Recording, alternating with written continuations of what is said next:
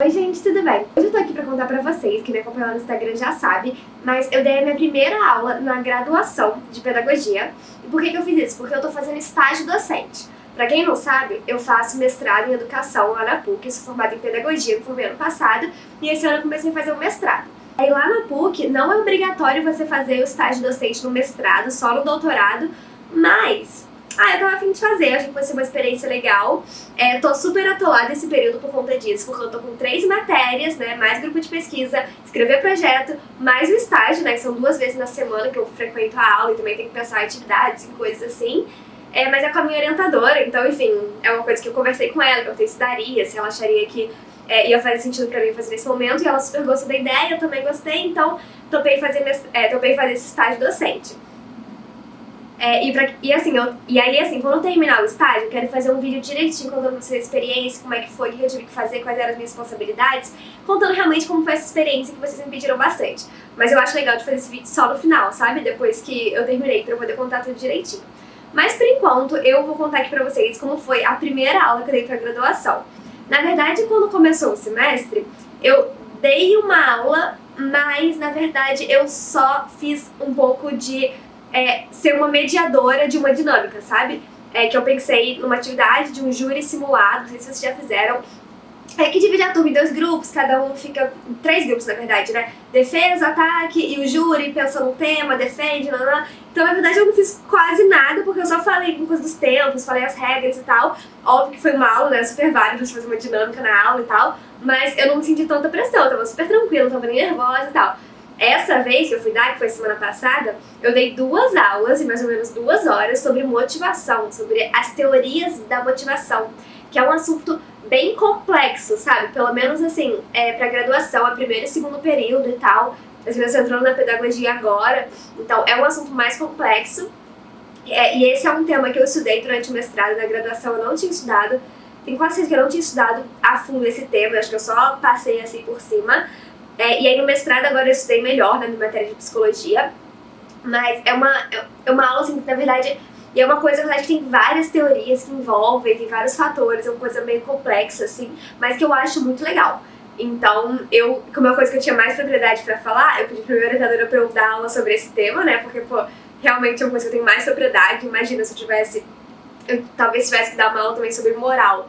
Mas eu não tava com o assunto super dominado, sabe? Eu achei chato dar uma aula sem ter esse assunto. Imagina, se eu vou fazer uma pergunta, eu não vou saber responder. Vou saber responder só o que tá ali nos slides, só o que eu já preparei. Aí eu quis escolher esse tema que eu estava mega preparada. Assim, pelo menos na teoria, sabe? Então, essa é a primeira dica que eu tenho que dar pra vocês. Escolher um tema, quando tá preparando uma aula, assim, sempre pensar num tema que seja algo do seu domínio, assim. Claro, o professor não precisa saber de tudo. Eu acho muito importante dentro de sala de aula, se a pessoa faz uma pergunta que você não sabe, você ser honesta e falar, nossa, não sei, que pergunta interessante.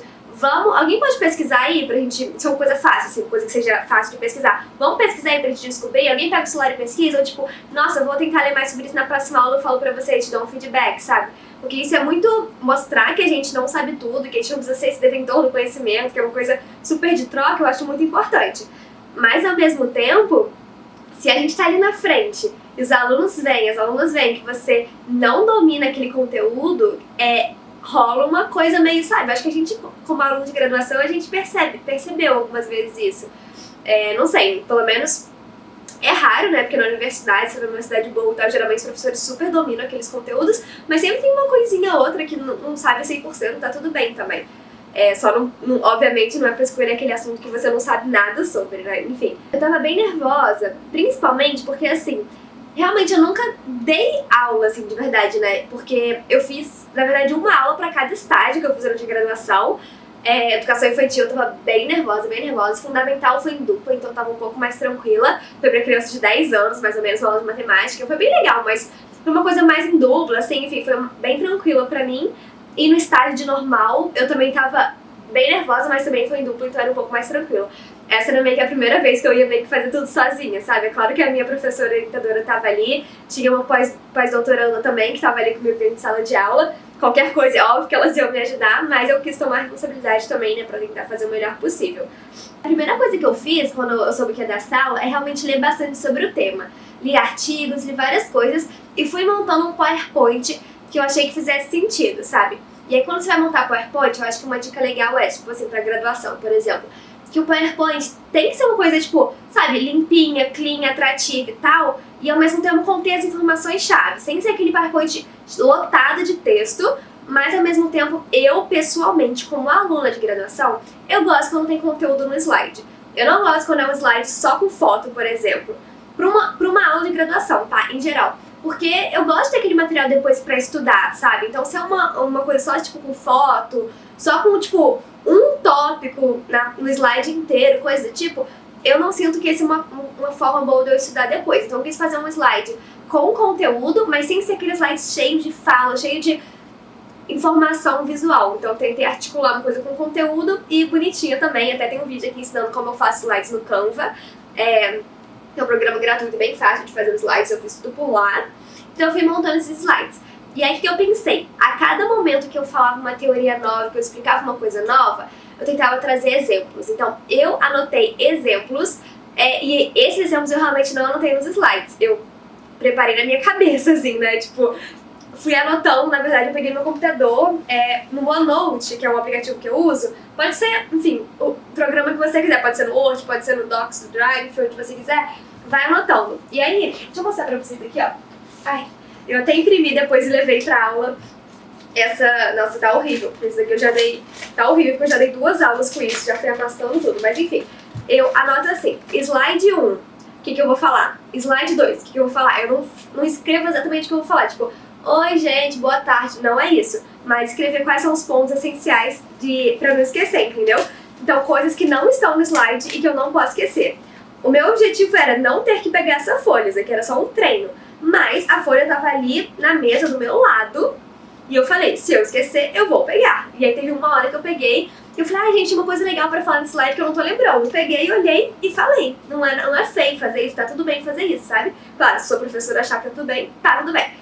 Então, o que eu fui fazendo foi isso, construindo os slides bonitinhos com conteúdo e ao mesmo tempo digitando no computador as coisas que eu queria falar e não podia esquecer, entendeu?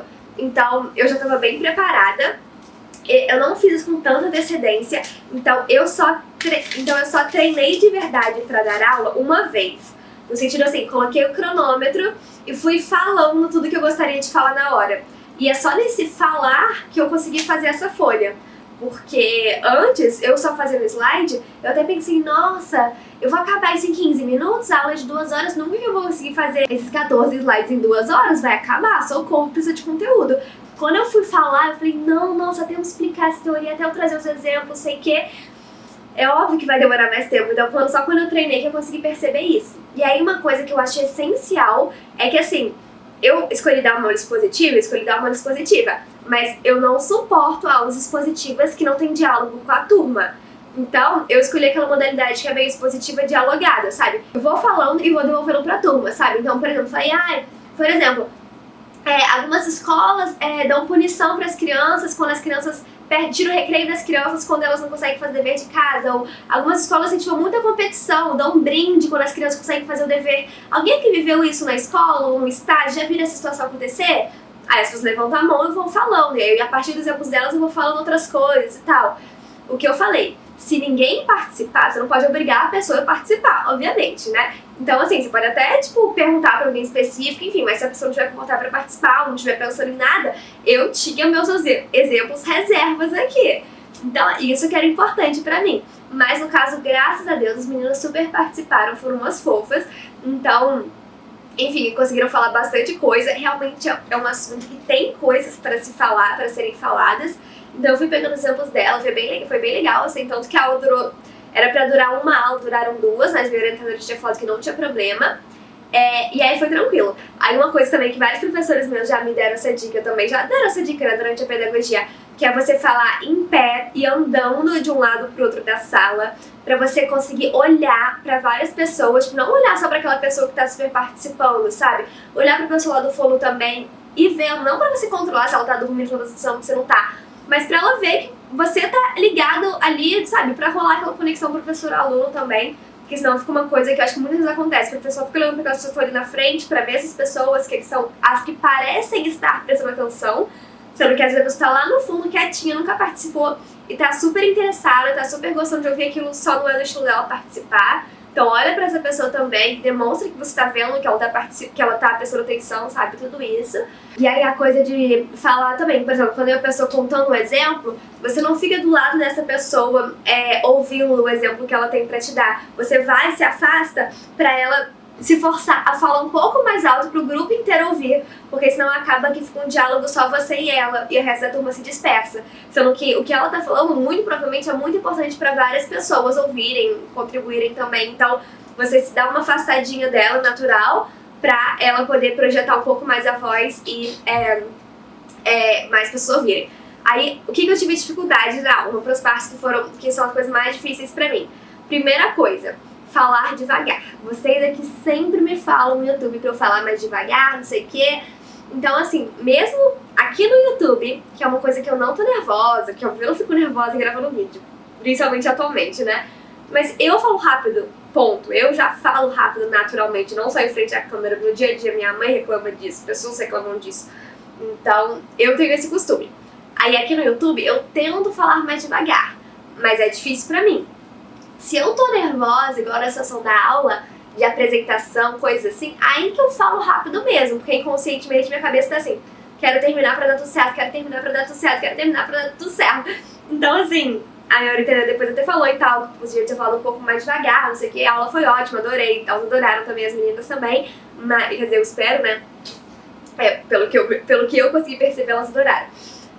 E aí eu realmente sei que isso é uma coisa que eu tenho que melhorar, falar mais devagar. Na hora eu tentei pensar nisso, mas no meio das coisas é difícil. Segunda coisa, é uma coisa inclusive que eu vou fazer agora, que é dá muita sede, dá muita vontade de beber água o tempo inteiro. Porque eu acho que junta estar falando com nervosismo, minha boca ficava super seca. E aí sabe o que eu fazia? Eu peguei a garrafinha, tava lá cheia do meu lado, graças a Deus que eu lembrei de levar a garrafinha. Enquanto as pessoas falavam, eu dava um golinho, mas claro, olhando pra pessoa, concordando com o que ela tava falando, pra não achar que eu tô ignorando o que a pessoa tá falando, né? Mas foi um momento que eu consegui beber água, assim, óbvio que eu poderia ter falado de bebida e tudo bem, mas eu não quis super interromper minha fala pra beber água. Segunda coisa que eu fiquei assim, gente, eu não sabia que dava tanta sede de falar aqui na frente de sala. Terceira coisa, eu tava com medo de ficar chato. Porque é uma matéria que era meio densa, era cheia de teoria, cheia de conceito, e eu fiquei, gente, vai ficar chato. Vai ficar chato, elas vão gostar, vão dormir, nanana. E aí, assim, entraram vários fatores, claro. É a primeira vez que eu tô dando aula, então claro que elas vão prestar mais atenção do que a professora que tá dando aula todos os dias, né? Enfim, uma coisa diferente. 2, tentei trazer muitos exemplos. E 3, muitas coisas práticas também. Situações do dia a dia, relacionar com a vivência delas na faculdade, relacionar com o que eu vi nos meus estágios, que são coisas que elas estão vivenciando também e tal. Então, trazer pra realidade, não ficar só na teoria, porque isso realmente deixa chato. Se já é denso o assunto, se você não trouxer exemplos, realmente fica chato. Foi outra coisa que eu prestei muita atenção, eu tenho o tempo inteiro relacionar a teoria com a prática. E sempre perguntar também, vocês conseguiram entender isso, entenderam esse conceito? Não a ponto de ficar chato eu ficar perguntando toda hora, mas, gente, você entendeu esse slide? Alguma dúvida? E às vezes tinha dúvida, então eu consegui ir fazendo isso pra não ficar um monte de gente assim, gente, o que ela tá falando? E pausando, tentando ir com calma, por mais que eu fale rápido, tentar pausar ao longo do tempo. E a quarta coisa, que é a maior dificuldade minha, que eu acho que quando eu for assumir turma vai ser uma grande dificuldade, que eu acho que eu vou aprender com o tempo, é a questão do manejo de turma, da questão de controle tanto da fala das pessoas quanto daquela coisa de dispersar, sabe? Com crianças acontece isso muito, assim, de começar a crianças levantarem, começarem a falar, não sei o que, falarem muito e dispersar. E eu não sou aquela professora que vai gritar, que vai ficar, gente, vamos sentar, não sei o que, gritar e dar bronca e tal. Tipo, atualmente eu não sou assim, eu não quero ser assim, mas óbvio que na prática às vezes a gente vai ser assim, né? Eu não sei. Mas eu não queria chegar a esse ponto, então eu tenho que aprender estratégias como fazer isso de uma forma que eu concorde e que seja eficaz. E aí, justamente, agora eu fui lá no computador escrever alguma coisa, quero deixar completando uma tabela, enfim. E aí todo mundo começou a meio que conversar paralelamente e tal, eu tenho dificuldade de falar isso, tipo, gente, vamos voltar, presta atenção aqui, não sei o que. Eu tendo a deixar isso acontecer.